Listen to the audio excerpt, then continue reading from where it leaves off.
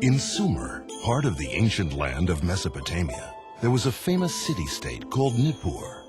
One day, a teacher in Nippur asked his students to start a journal about their lives and their country. This is the story of one student, Nisaba, and her journal. Okay, here we go. Nisaba's Journal, Entry 1. Teacher wants us to write about our lives. What is my life like here in Sumer? I think I'll tell the story of my people from the very beginning. My grandfather knows all about it. He says the first thing we Sumerians did was get really good at farming. My ancestors used to make their living by hunting wild animals for food. They were constantly on the move following the herds. As they traveled, they would also gather wild berries, nuts, and greens to eat. But they often didn't know where their next meal would come from. It was a hard way to live. Then they discovered they could plant and harvest a kind of wheat they found growing wild. And they also found out how to tame wild goats and sheep and raise them for food. Grandfather calls that domestication. It meant they didn't have to hunt for food anymore. They could grow it themselves. And so my ancestors stopped wandering and stayed here. They discovered that food grows better here than almost anywhere else. That's because we're in a river valley, right between two rivers, in fact. Mesopotamia actually means land between the rivers. One river is the Tigris, and the other is the Euphrates. My grandfather says it's easy to grow food in our valley because the soil here is so fertile. And he says that is because of the mountains up north. It snows a lot up there in the winter. When the snow melts, all that water runs down into the valley and into the rivers. Then the rivers rise over their banks and flood the valley. And they dump a lot of really good dirt on the land. It's great for growing food in. So now we eat really well. We grow barley and wheat, lots of beans and fresh vegetables, and fruits like melons, dates, apples, figs, and grapes. Our animals give us milk, cheese, and meat, and there are always plenty of fish in the rivers. When my ancestors first started farming here, their biggest problem was never knowing when a flood might come and wash away their crops.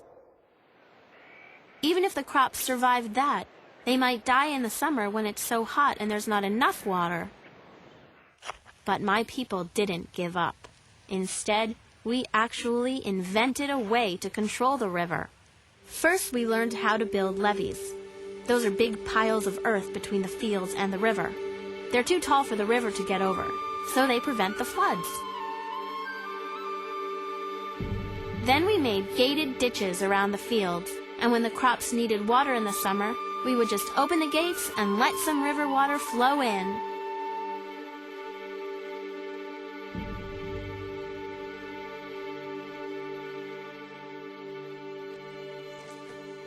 To plant our crops, we use a great tool called a plow.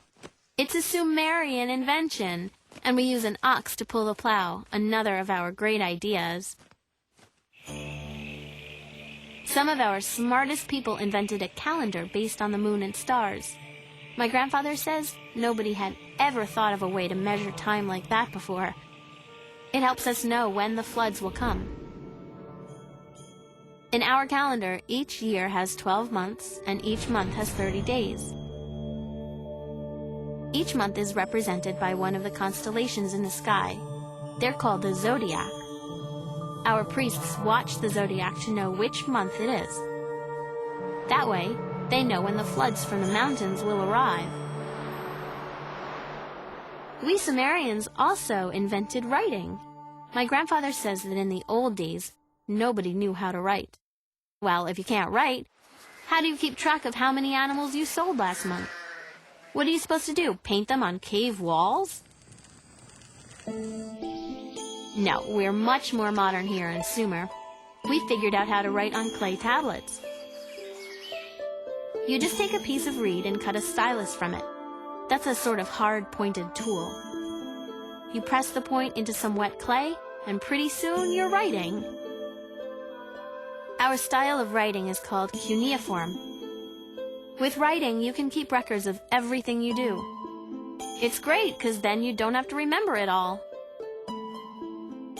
You also can make things permanent when you write them down.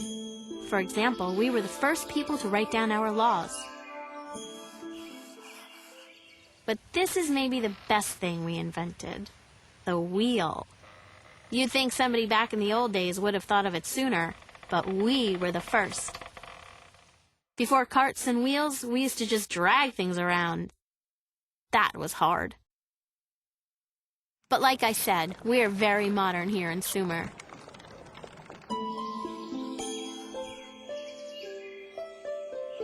My grandfather says that in the old days, most everybody had to work at farming the land. But not anymore.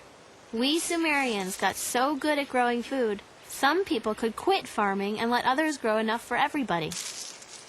Of course, you had to be neighbors for that to work. So people settled down close to each other in villages. And the villages grew into city-states. Each city-state has its own king, and each one is sacred to one of the gods. My city-state is called Nippur. It's on the banks of the Euphrates River, and it's the most holy city in all of Sumer. Nippur is sacred to the god Enlil, our greatest god. His temple, the ziggurat, is right in the middle of the city. Our ziggurat is named Eduranki, which means the house finding heaven and earth. The ziggurat is a huge square building, sort of like a pyramid. It's made of several layers, or stories. As you go higher up, each story is smaller than the one below.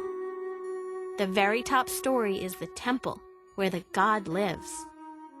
Around the ziggurat are houses where the wealthy people live, like priests and merchants, for instance. They live in two-story houses. Further away from the temple are one-story houses where shopkeepers and craftspeople live. And beyond them live the farmers and fishermen.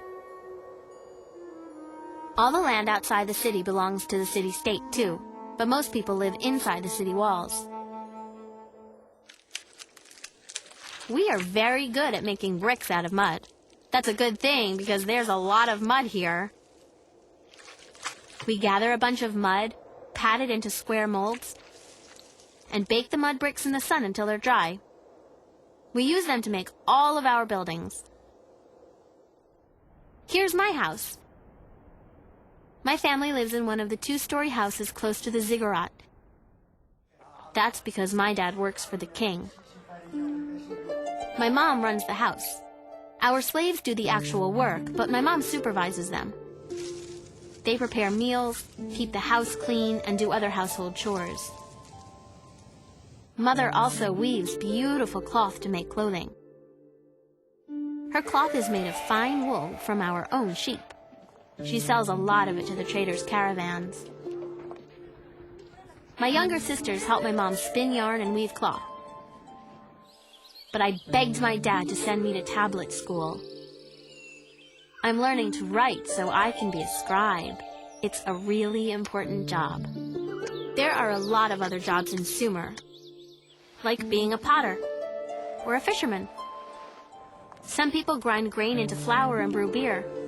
Some are traders, and some just play music. Hey, that wouldn't be so bad. But it would be bad to be a slave. Some slaves were captured in war, and others became slaves because they owed money. They have to work for 3 years, often in the grain fields, and then they are set free. Besides the king and his family, the people with the highest positions are the priests. They care for the gods and make sure they're happy. That reminds me, I should write something about our religion. It plays a big part in our lives. We believe in 7 great gods of the earth, sky, sun, moon, salt water, fresh water, and wind. My city, Nippur, is protected by the god Enlil, the god of wind. We believe he lives in his temple on top of the ziggurat. We spend a lot of time praying to our gods. A lot of people even make a little statue of themselves praying and leave it in the temple. The statues keep on praying while the people go about their daily chores. Our priests hold ceremonies to honor the gods and offer them food twice each day. My older brother Shulgi is a priest in the ziggurat. Only priests are allowed inside. Shulgi reminds me of that every chance he gets. We believe the gods own the land and everything on it. So we give the gods everything we grow. Then the priests share it with all the people. They make sure everyone gets enough. Each city-state in Sumer has a king called an Ensi. We believe he was chosen by the gods to rule us, and that it was the gods who gave us our laws. Our king makes judgments when people have arguments. He's in charge of all our trade with other cities.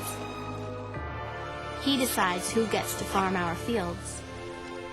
And he makes sure the gods' temples are in good repair and that all the right offerings are made. He's got a whole lot to do. So obviously, he needs other people to help him do it.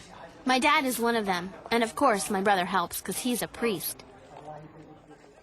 Maybe I'll work there too when I'm older.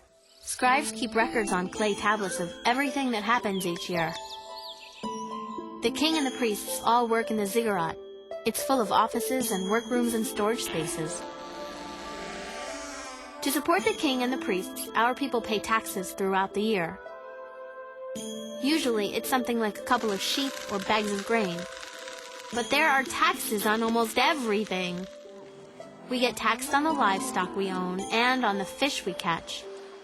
We even get taxed on our funerals. In our city, every man who is head of a household has to pay a tax called the burden. It's not the usual kind of tax. It's time, not goods. The men have to spend time working for the government, doing things that help or protect the city. For example, my uncle helped to harvest the barley crop. Other men have to go dig out the irrigation ditches to keep them clear. Our neighbor sent one of his slaves to do his work. My dad says you're not supposed to, but people do it if they can afford it. All the taxes go to the king. They pay for our army, which is pretty expensive, and also for repairs and improvements to our city. My grandfather always says, there are priests and there are kings, but the tax man is the one you should be afraid of. Well, that's my journal entry for today. I think it's a pretty good picture of who we Sumerians are and how we live.